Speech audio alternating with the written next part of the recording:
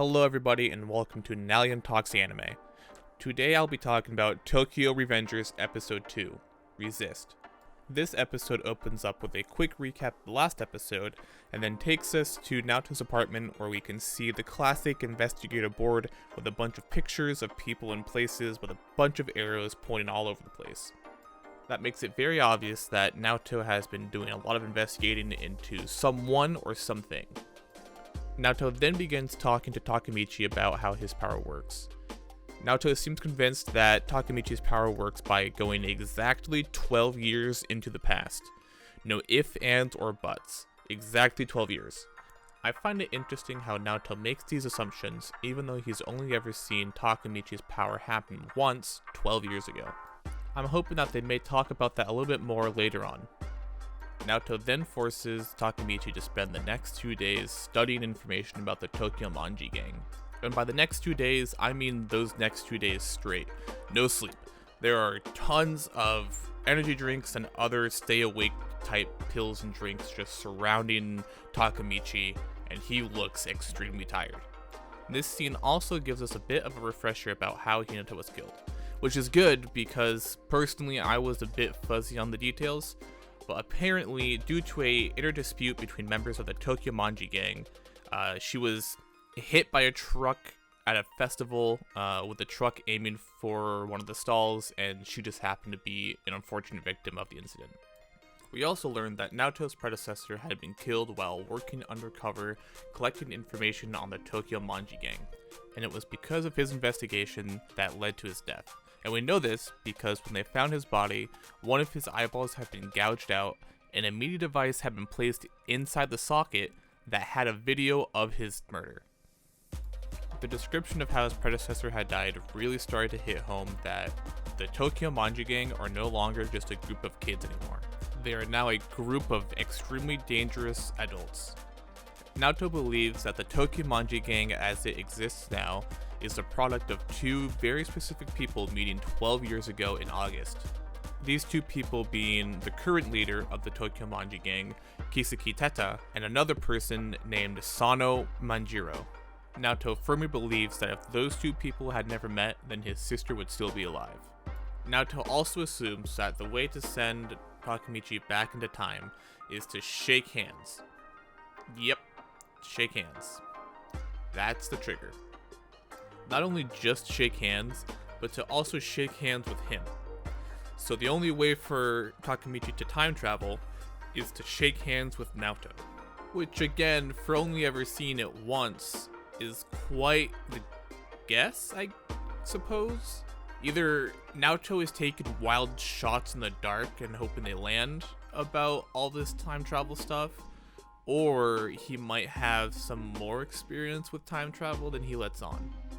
With this information or these guesses, Naoto develops a plan, and this plan is to send Takemichi back in time again so that way he can become friends with either Kiseki or Sano.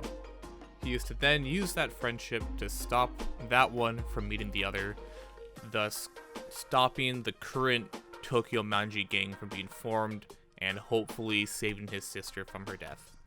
Since it's currently July and these two meet in August of the same year, that means Takemichi only has about a month to become friends with one of these guys and then stop the meeting from happening.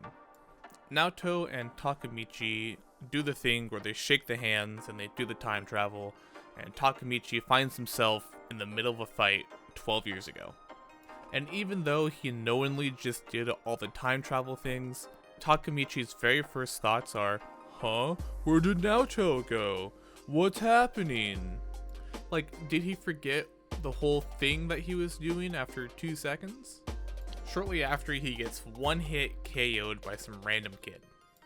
After a little bit, he wakes up, and that's when we are introduced to the top delinquent of Shibuya 3rd Middle School, Kiyomizu Masataka. Now, what is a top delinquent? Is that just like an underboss who runs things at that school? In this case, I would assume for like the Tokyo Manji gang. Or is he just the toughest guy at the school? I'm not totally sure what it means by that, but we'll just keep going. Anyways, through both Masataka and Takamichi started to remember more things. We learned that at this current point in time, Takamichi and his friends are forced to fight people while viewers place bets. If they lose the fight, then the older guys in the Manji gang beat them up. And this happens day after day after day. These kids are thrown into a fight club versus people that they don't know, and if they lose, they get beat. And since he just lost a fight, Takamichi then gets to spend the whole afternoon getting beat up by these upper guys in the Tokyo Manji gang. And I always knew Takamichi wasn't exactly the king of wise decisions or anything, but after getting beat up for an entire afternoon, this guy actually asks the top delinquent there if he can meet one of their leaders. And he even names both Sano and Kisaki. I guess Takamichi forgot where his position in the whole hierarchy of this gang or something. Because currently he is at the bottom. He is nothing more to this gang other than an errand boy and a punching bag.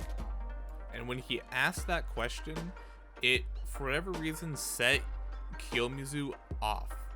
Whole, like, snapped a cigarette scene and everything.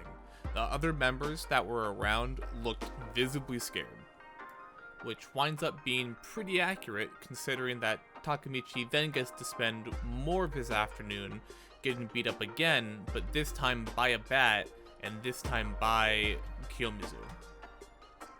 Takamichi has a nice moment while getting beat by this bat, where he starts to apologize but stops himself midway, which I think is interesting because it means that he's beginning to change himself in some ways.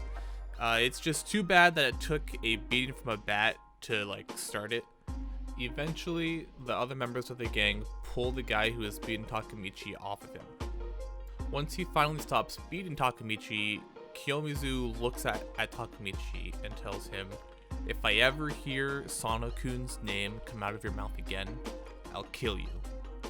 So obviously, Kiyomizu and Sano seem to have either some sort of rivalry going on, or they just don't like each other for whatever reason. After that whole experience, Takamichi begins to limp back to Naoto in hopes to go back to the past, meaning that Takamichi at this point has completely given up, which, to give him credit, I had expected to happen a lot sooner. Takamichi eventually makes it to Naoto's place and rings the doorbell in hopes to meet with him to shake his hand to go back. But of course, this happens to be the moment that Hinata comes home, and they once again have a really cute moment. He gives her the nickname of Hina, which is only important because that's how I'll be referring to her from now on. And she tells him about how if she were a guy, she would be much stronger than him and would protect him. So again, it's a very cute moment, and this whole conversation with Hina seems to give Takamichi his fighting spirit back, and he no longer wants to give up. He is once again all ready to go save Hina. And yeah, so far every scene with Hina has been really cute and really good for Takamichi. However, I don't quite understand the love that he has for her, at least not yet. At the beginning of the show, when he was just watching the news, he was very like, "Oh, well, would you look at that? My ex-girlfriend from middle school died. Huh."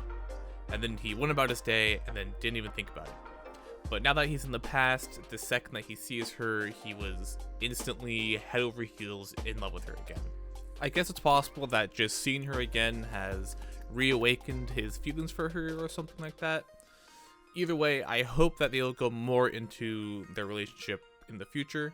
Not to like totally switch the genre of the show into romance, but I would like to see a bit more of like a reason for us as an audience to care about their relationship other than him trying to save her. After their conversation, Takamichi heads home, and then we go to the next day where we find Takamichi and his buddies talking in the bathroom. This is where we learn which one of them has to fight next. And the next fighter is their friend Takuya. And Takuya is described as frail and not a fighter, probably the worst fighter out of all of them. Takamichi actually remembers the fight that Takuya has and recalls that Takuya actually almost dies from this fight. He gets beat so bad. It also seems like their leader, Akun, tried to replace Takuya for this fight, but instead got beat for it. Takuya then tries to cheer all the boys up by talking about how he's gonna win and he's gonna get revenge for Takamichi, but it's still a pretty somber moment, and quite honestly, this put me on the protect Takuya train. Even though I know nothing about him, I do know that he is far too innocent for this fight club. They then leave the bathroom and begin walking down the hallway to wherever they're going. Takamichi takes this moment to stop and just admire his friends for a little bit and realize how amazing they really were back then, and just how good of friends that they were.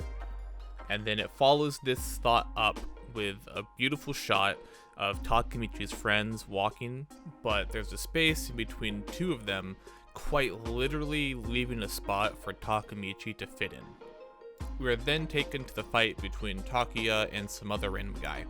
I had expected Takamichi, or at least one of his friends, to do something to stop the fight, and Takamichi answered that by yelling to stop the fight as soon as it started.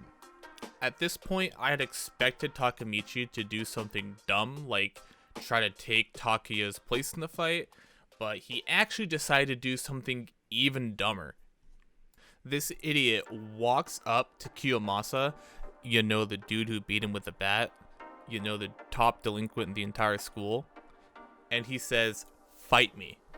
And that brilliant idea by Takamichi is followed up by actually a really good internal thought by him of, "I have to change or nothing else will. I'm done running." And that's where the episode ends.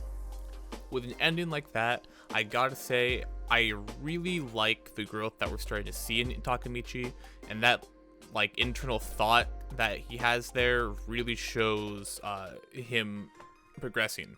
This is just it's just quite a way to start it, you know, challenging the top guy in the school to a fight. I, however, do have just a small nitpick about that final scene that might just be me, but I really feel like if we got to see him like contemplating his options about how to handle that situation, and then giving the "I have to change or nothing else will" during that whole thing, and then going down and challenging Kiyomizu, I think that may have made it hit a lot harder and not seem so kind of random and out of character at first. But either way, you'll love to see it. And now, as usual, this episode and the series itself has left me with a couple of questions. Currently, most of my questions have to deal with the whole time travel stuff. As of right now, we're not, or at least I wouldn't say that we are for sure 100% confirmed that the time travel only works by Takamichi shaking hands with Naoto. A lot of what we know about the time travel has been from Naoto himself, but that makes me a little bit suspicious of him, because he only ever saw it once, and he only saw one of the jumps, not both of them, yet he's pretty confident on how it happened. And if Naoto is right, that it has to be a handshake to send him either forward or back, then how does the very first jump happen? Was it just due to that near-death experience that started it? Or did somebody else have the time travel power, then pushed him and somehow transferred the power to him? Or was it actually Naoto who pushed him off of the platform to the train? I know that sounds a little out there, but when time travel is involved, it's hard to dismiss possibilities like that. And if Naoto's thoughts about the time travel is true, of him only being able to go specifically back 12 years, no more, no less, then that makes everything that they do now extremely important, because they would only have, or Takamichi would only have, one opportunity to change things. There's no time jumping redos to change the world line or anything like that. They can only go back 12 years. Aside from the whole time travel stuff, the only other question I would like to see answered later on, or at least something that I'm kind of curious about, is what happened to all of his buddies from middle school, over the years, over the last 12 years, and how are they involved with the gang, if they are, and if they are involved with Hinata's death. I think that does have potential to have some interesting plot relevance later on, but I guess only time will tell. Anyway guys, thank you for watching this episode of Nalion Talks Anime. I'm Nalion from Dorks Dungeon, and I'll see you in the next one.